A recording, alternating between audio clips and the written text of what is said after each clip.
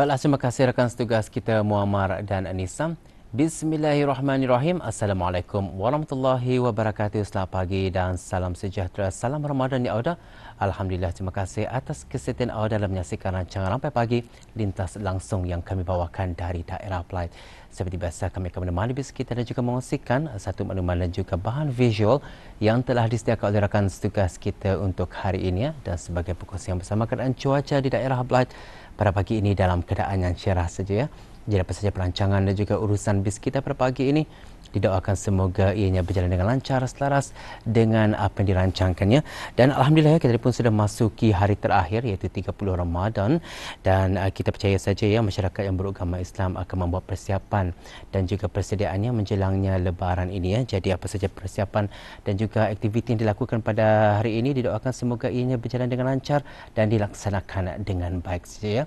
Baiklah, terlebih dahulu saya mengongsikan satu info semasa yang berlangsung di sekitar daerah Belait iaitu mengenai dengan Persatuan Pertiwi Daerah Belait dengan kerjasama pejabat daerah Seria masih lagi mengadakan jualan amal ya sempena sambutan Hari Raya Aidilfitri 1445 Hijrah yang mana ianya diadakannya sepanjang bulan Ramadan dan malam ini adalah malam yang terakhir dan ianya bermula dari jam 10 pagi sehingga jam 10 malamnya dan kepada kunjungan orang ramai ya masih lagi sempat untuk mendapatkan kuih muih raya dan juga pakaian terpakai untuk menjelang Lebaran ini. Itu dia sudah satu info semasa. Sekarang kita kembali untuk menyaksikan satu bahan visual untuk tontonan bersama.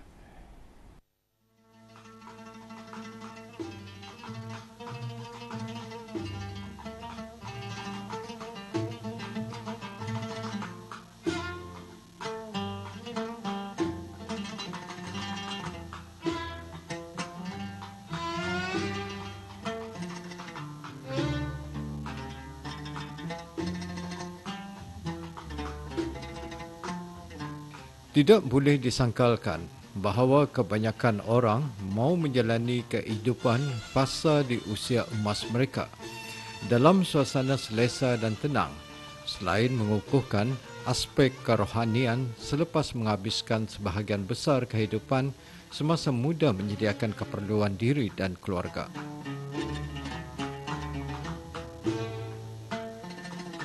Kehidupan persekitaran yang dipenuhi dengan suasana ibadat menjadikan jiwa mereka semakin tenteram dan selesa di dalam masyarakat dan persekitaran bersama rakan-rakan yang seusia. Kita melihat warga emas ini biasanya dipanggil warga emas 60 tahun ke atas lah, warga emas. Sebenarnya belajar ilmu agama ini adalah suatu kewajiban kepada kita, yaitu tidak mengikut umur sebenarnya. Apalagi kalau umur yang seperti demikian itu dipanggil warga emas, mereka kena wajib juga belajar. Sebab dalam Islam ada 3 ilmu yang perlu kita tuntut sebenarnya. Dipanggil ilmu fardu-ain, iaitu ilmu tauhid, ilmu fiqh dan ilmu tasawuf ataupun dipanggil ilmu akhlak.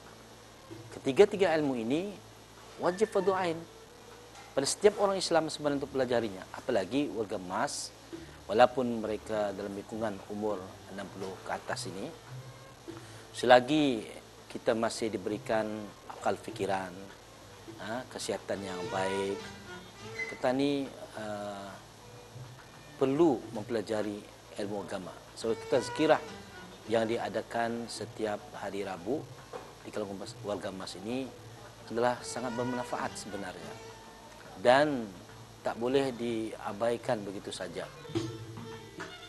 Warga emas merupakan satu kategori masyarakat yang telah mencapai umur 60 tahun ke atas.